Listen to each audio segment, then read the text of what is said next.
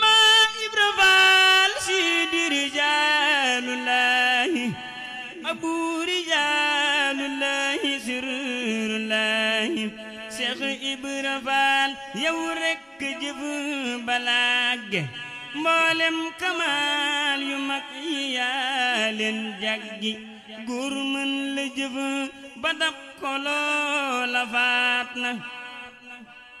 mbuutam ma diis na góor yi ahlu sunna Cheikh Ibra Faal nuuru rijaalullaahi tawhan wa karhan daa'iman lillaahi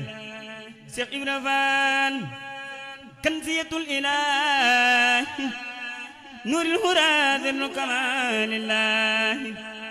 Cheikh Ibra Faal rahmatu rabbil aalamiin sayyiduna Ibrahima sayyidul awwaliin Cheikh Ibra Faal daliilu zaatillaahi baabu shuyuuqi suuru baabullah